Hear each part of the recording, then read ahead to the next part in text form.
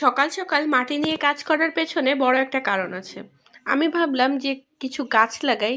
কিছুদিন ধরে ব্যালকনিটা ফাঁকা ফাঁকা লাগছিল, তো এখানে একটু গাছ তো লাগাতেই হবে, কারণ সবুজ প্রকৃতির তো দরকারই আছে। তো সেই উদ্দেশ্যেই আমি কিছু গাছ এনেছি।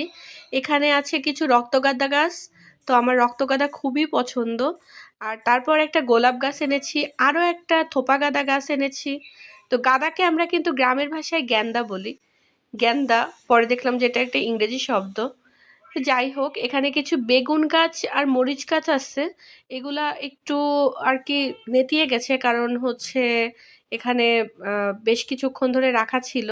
যাই হোক, এখানে টবগুলোরও মানে মোটামুটি মাটি সেট করা হয়ে গেছে।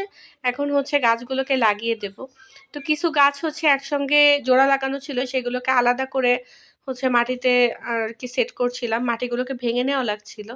মাটিগুলো কিন্তু ওঠানো হয়েছে সামনের ড্রেন থেকে, মানে বাসার সামনে রাস্তার কাজ চলছে, সেখানে ড্রেন খুঁড়ে যে মাটি রাখা ছিল, তো সেগুলোই হচ্ছে আনিয়ে নেওয়া হয়েছে। তো আল্লাহ জানে এই গাছগুলো বাঁচবে কিনা, বাঁচলে হয়তো আপনাদের জানাবো, কারণ এই গাছটা অনেক সময় মাটি ছাড়া রাখা ছিল। যাই হোক, মাঝে মাঝে সবুজ প্রকৃতির কাছে থাকতে ইচ্ছে করে, মানে ইচ্ছে করে যে বেলকনিতে একটু সুন্দর রকমভাবে গাছ লাগানো থাকুক, দেখতেও ভালো লাগবে। আমার বেলকনির ঠিক অপোজিটেই হচ্ছে নিচে একটা কদম গাছ আছে। তো আমি মাঝে মাঝে কদম গাছ দেখি। আমার যখন কদম ফুলের টাইম হয়, তখন ওখানে অনেক পাখি বসে, কদম ফুল ফোটে, দেখতে খুবই ভালো লাগে। তো আমার মতো এরকম যারা শখ করেন গাছ লাগাতে, তারা কিন্তু গাছ লাগিয়েই ফেলতে পারেন। ভাবতে থাকলে ভাবাই হয়, শুধু লাগানো হয় না।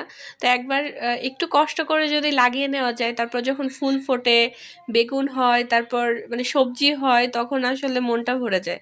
আমার তো লাগানোর থেকেই এতটা মন ভালো হয়ে গেছে। আর ফুল গাছ এগুলো আমাদের মন ভালো রাখতে কিন্তু অনেক হেল্প করে। সবসময় মানে ঘরে যদি গাছ থাকে, তাহলে একটা পজিটিভ ভাইব আসে।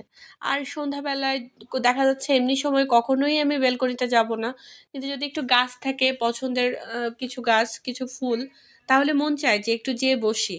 আর এটাতে কোনো কষ্টও নেই, এক্সট্রা করে কোনো কিছু করাও লাগে না। আমি হচ্ছে যে সবজির খোসাগুলো আছে, এগুলো জমিয়ে এগুলোই দিয়ে দিই। আর ওই যে দেখতে পাচ্ছেন, আমার হচ্ছে এখানে হয়েছে আমার পছন্দের পুঁইশাক গাছ। তো এটা কিন্তু আমার লাগানো লাগেনি, আমি যে পুঁইশাক কিনেছিলাম খাওয়ার জন্য, সেটা ডাঁটাই পুঁতে দিয়েছিলাম, সেখান থেকে গাছ হয়ে গেছে। সব শেষে আর কি দেখতে এত সুদিং লাগছিল।